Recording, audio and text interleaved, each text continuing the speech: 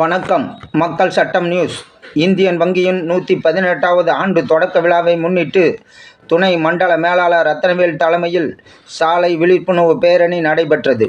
இந்த பேரணியின் மூலம் பொதுமக்கள் அதிகப்படியான டெபாசிட் செய்வதற்கும், டெபாசிட் செய்யும் நபர்களுக்கு சூப்பர் சீனியர் சிட்டிசனுக்கு 8% வட்டியும், சீனியர் சிட்டிசனுக்கு 7.75% வட்டியும், பொதுமக்களுக்கு 7.25% வட்டியும் IND சூப்பர் 400 டேஸ் மட்டும் இந்தியன் வங்கி வழங்குகிறது.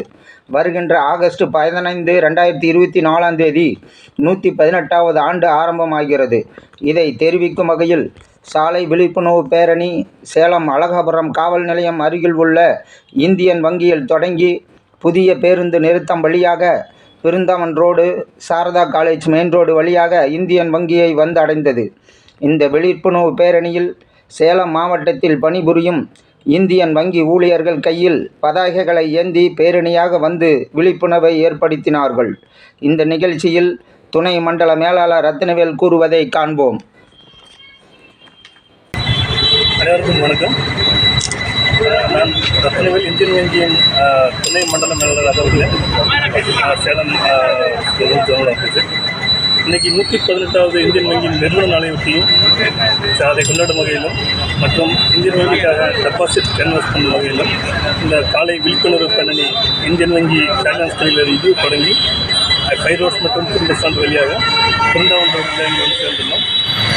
நகரில் உள்ள அனைத்து கிளைகளிலிருந்தும் மற்றும் சுற்றுவட்டத்தில் அனைத்து கிளைகளிலிருந்தும் எங்கள் ஊழியர்கள் பங்கு பெற்று இதை சிறப்பு நிற்கிறார்கள். இந்தியன் வங்கி வந்து மக்களுக்காக அதிகபட்ச டெபாசிட் இன்ட்ரெஸ்ட் ரேட் கொடுத்தது, அதை மக்களுக்கு கொண்டு செல்லும் வகையிலும் இந்த பேரணி நடத்தப்பட்டுள்ளது.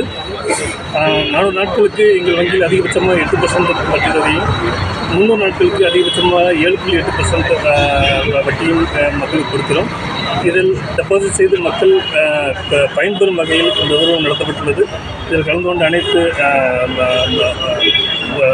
ஊழியர்களுக்கும் அலுவலர்களுக்கும் நன்றி தெரிவித்துள்ளேன். மக்கள் இந்த டெபாசிட் அதிக வட்டி தொகையை டெபாசிட் செய்து பயன்பெறுமாறு வங்கி ஃபைனான்ஸ் கிளையிலிருந்து தொடங்கி சாரதா காலேஜ் ரோடு வழியாக 5 ரோடில் திரும்பி புது பஸ் ஸ்டாண்ட் மற்றும் பிருந்தாவன் ரோடு வழியாக மறுபடியும் ஃபைனான்ஸ் இந்தியன் கிளையில் இந்த ஊர்வலம் முடிவு.